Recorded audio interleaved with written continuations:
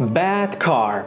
You bad car. Sometimes you just gotta broom your cars when they're all silly and acting up. Or when they decide to do random backflips. I understand that normal people have a problem with traffic buildups and traffic jams, but not me. You see, I just take my good old trusty broom and clear the road of any potential idiots. Hello and welcome to this video. I'm Pixelated Quest and today we'll be playing Gas Station Simulator and figuring out if it's worth playing. If you like this video, please consider subscribing to my channel or leaving a like or a comment. Gas Station Simulator is all about renovating, expanding and running a gas station along a highway in the middle of a desert. Freedom of choice and multiple approaches to run your business and deal with pressure are key ingredients in this game. This is how the game is essentially described by the developer and publisher Drago Entertainment. The game is a single-player economy simulation type of game and was released on September 15, 2021 and from what I can tell takes place somewhere in California. So why am I playing it now? Well, you see, the game is really appealing to me personally and I wanted to make a video about it. The vibe of this secluded gas station in the middle of nowhere, the funky music that plays in the background, the micromanagement aspect of this game, everything works for me. That is why I decided to do this video. But there's a catch. There are a few things about this game that I really hate, and if I knew them before, I would have given it a second thought before buying it. But I will get to that later in this video, so keep it in mind and stay tuned.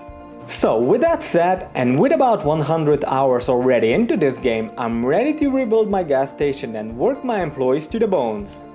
The intro of this game is very simple. We are driving along the road until we come across an abandoned gas station that we purchase. Turns out the gas station and the land is from our uncle.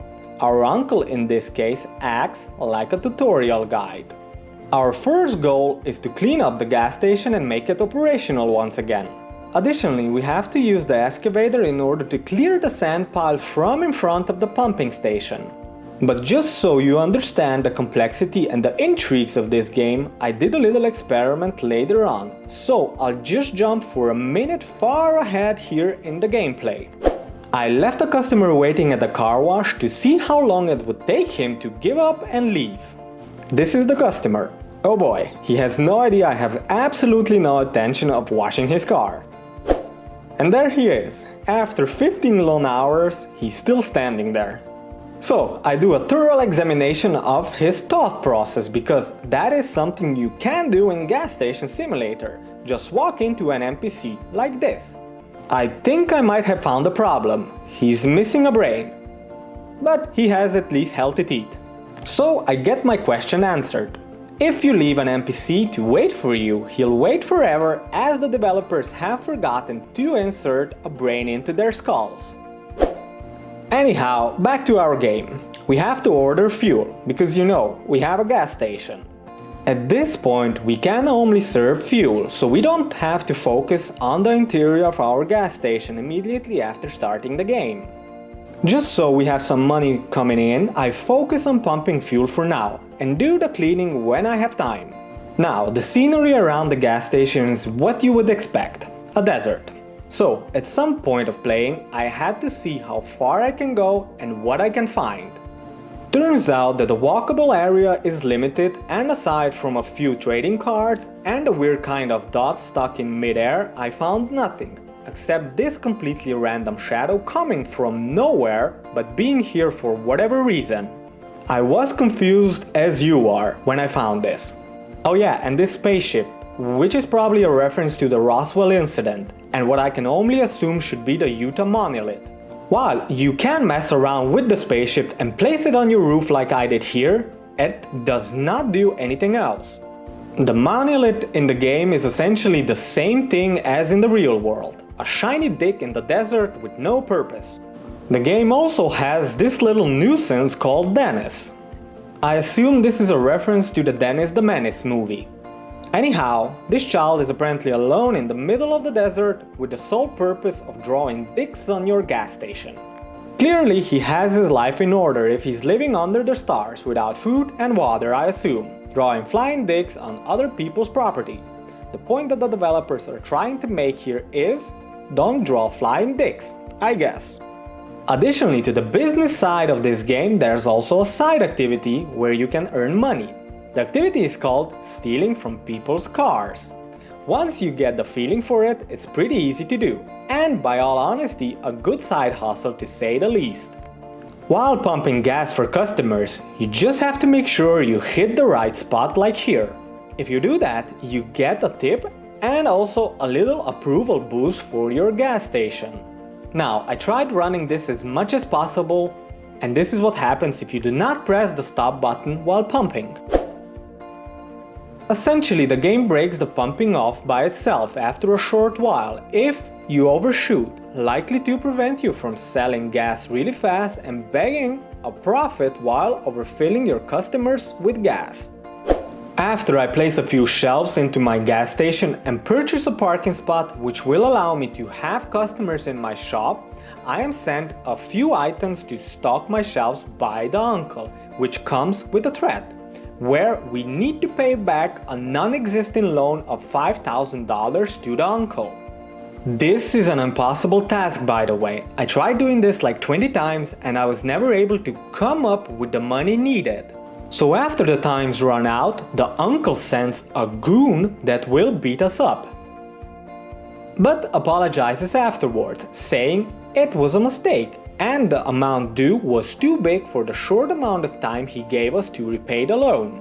At this point we have to manage the pumping and the cash register, which is a simple task to do. Just swipe the items and clean the belt every so often before it gets stuck. Now, because we don't have a warehouse, we cannot order any additional items, so once the items that we have on our shelves are sold, we would be left without anything. So at this point I have to clean out the haystacks from the warehouse.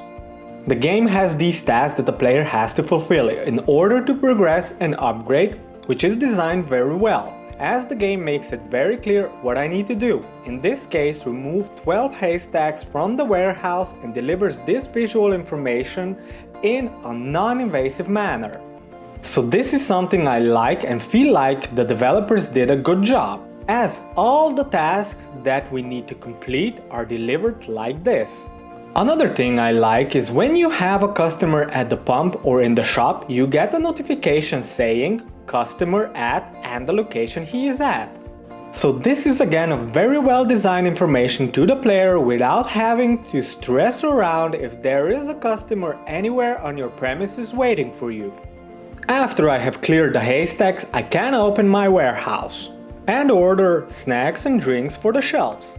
Now, the game has a weird feature that you might not know about, where you can play a guitar in the warehouse. I find this to be completely useless and annoys the living hell out of me, as the stool and the guitar are the only items in the warehouse you cannot throw away. I have no idea why this is here, but I assume that one of the programmers plays the guitar and thought it would be a great idea to put actual chords into the game. Given the fact that the game still has bugs, I find this completely unnecessary to be here, but I guess guitar enthusiasts that sit around and play Gas Station Simulator will absolutely enjoy this feature. Anyhow, we can also make additional income by providing more toilets to the customers that stop at our gas station. But toilets generate only $1.50 per customer, so it's doubtful that these investments will ever pay off. After we have completed our next task of increasing the station's popularity by 1, we can build a workshop and start fixing cars. And here's our first client. So, essentially fixing cars at the beginning consists of changing flat tires, repairing scratches on doors, and changing broken side mirrors. Later on, there are a few other things you need to do, like add engine oil, change the battery, and so on. Next up is what I like to call in game design a bottleneck challenge. This is when you teach a player to do something, in this case fuel cars, handle the cash register and repair cars, and then make them repeat that a few times.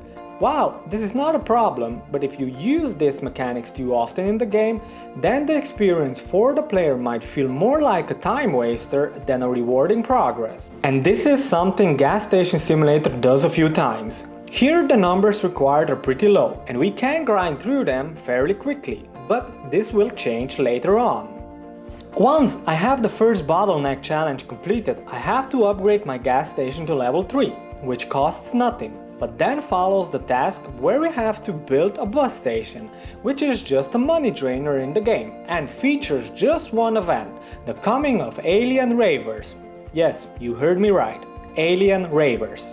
They just buy up most of your inventory in the shop, leave a mess, and that's about it. Then we can start employing workers for our gas station, but with a little catch. We need to buy trailers for each employee we want. This again is a money drainer in the game. Once I have enough money saved up, I purchase a trailer and hire my first employee who will take care of the cash register for us. While Mackie here focuses on the shop, I focus on other important business aspects, like improving my high score in throwing trash and improving customer care, which is always very important. Every so often, I begin to wonder what kind of party are the NPCs having based on the items they are buying. For example, car oil, car spray, whiskey, wine, car refreshener, and some more wine. Seems like someone is getting shit-faced while repairing their engine and cleaning their car. Who hasn't done that before, right? Now after Mackie's first shift ends, and we pay him a wage that the raccoon family living in my dumpster outside would find disrespectful, we have to complete another bottleneck challenge. Now, we know this already, everything is the same, but this time we need to also receive 40 tips, which means we will have to do some of the work ourselves, as this is the only way you can get tipped. Side note, no, you do not get tipped for breaking into people's cars. But first, let's see how this cop will react if we try to steal something from his trunk while he's casually waiting for his car to be fueled up. Just as I have expected, completely realistic. The cop does not give a shit that we just stole from him. And even more, after I fill up his car, he even tips me. Well, I guess crime does pay off in Gas Station Simulator. After I complete this stupid bottleneck challenge, I have to upgrade my gas station to level 4, which will allow me to purchase another trailer, hire another employee, expand my car repair business and open a car wash. Now here's something that I really like and stands out as a great selling point for me personally, the vibe of this game. Everything about it, the desert, the isolation, the 60s vibe, everything simply works together exceptionally well, and this is what the game should focus on if you ask me. So now our task is to restore the car wash, which basically means clear the trash and pay for the upgrade.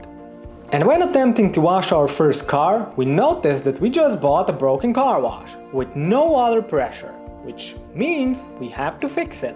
We do this by clearing the trash in the sewers, which seem to be blocking the water pressure. Oh yeah, and we can't feed the trash to the wall-mounted alligator here.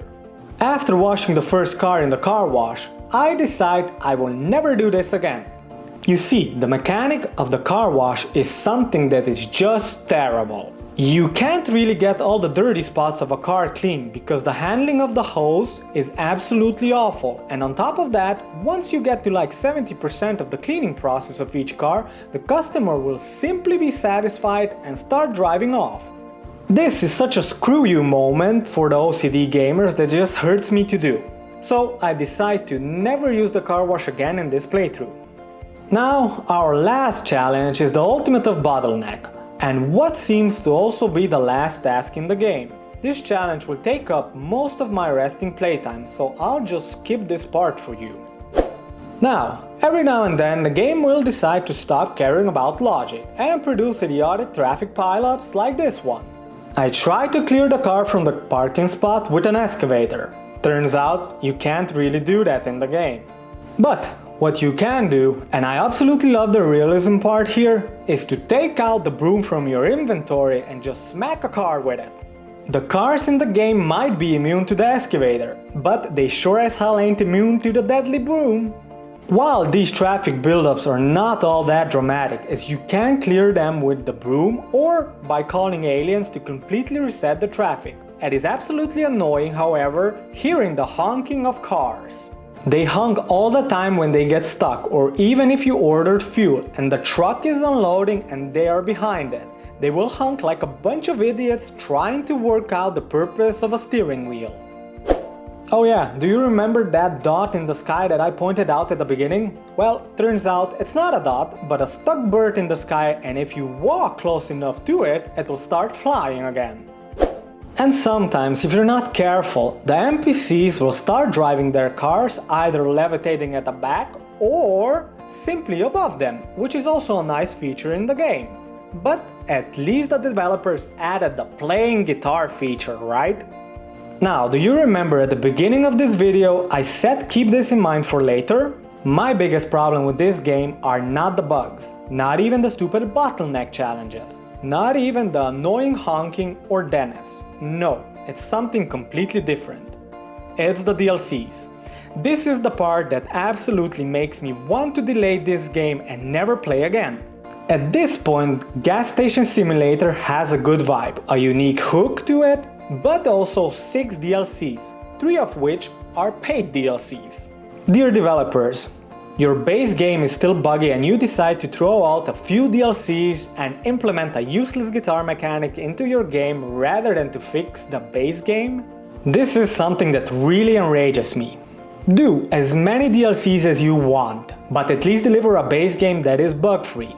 And this is by all means not the only developer that is doing this now. At the time I bought the game, there were no DLCs yet, and nothing hinted towards the developer swapping the base game into becoming a DLC simulator, which it now is. There is nothing wrong with the developers adding DLCs. I don't mind them, but I also don't buy them. But there is something inherently wrong with the philosophy of releasing several paid DLCs while you are not capable of fixing your base game for 3 years. Gas Station Simulator is a somewhat unique game that delivers a fantastic vibe of the old Americana, which gamers like myself absolutely love and enjoy. Sinking 100 or more hours into a game like this, where you have that feeling of being away from everything, unbothered by anything, is absolutely not a problem, and time flies while playing this game. The micromanagement part of the game, while not always super enjoyable and interesting, is enough to make me replay the game every so often, despite the philosophy and the development road that the developer and publisher has chosen here.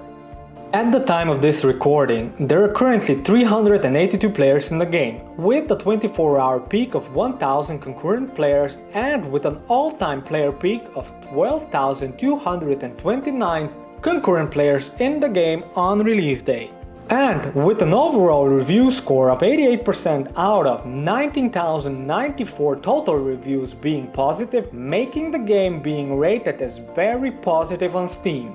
Now for some reviews. This game lets me live out my life fantasy of filling up my tank.